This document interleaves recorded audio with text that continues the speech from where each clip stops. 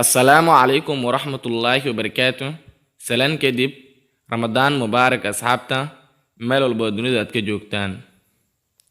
عشر كلمات حوك سابسن يحي جملة دوين لجيسو عن إلى سوا sentences جملة دوين.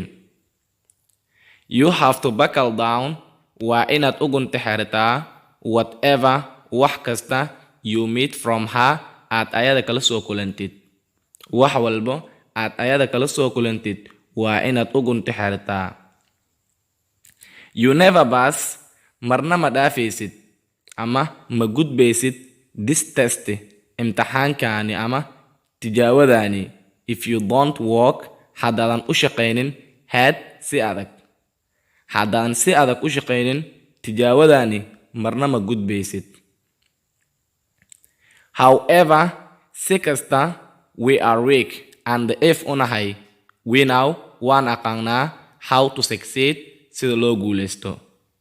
Si kastaan the if unahay waan aqaanaa anaga sida loo guuleysto. Don't come close ha u soo dhowaanin to my sister walaashayda.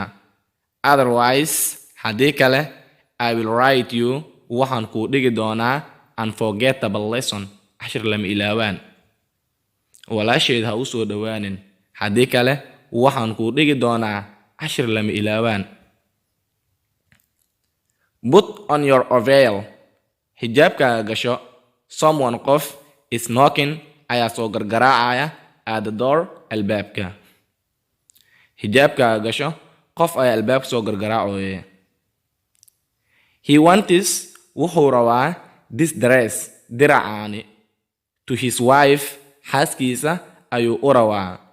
Cause maxaa yeelay when she puts on markay gashato she appears waxay u soo muuqataa like chocolate sida shukolaatadii oo kale.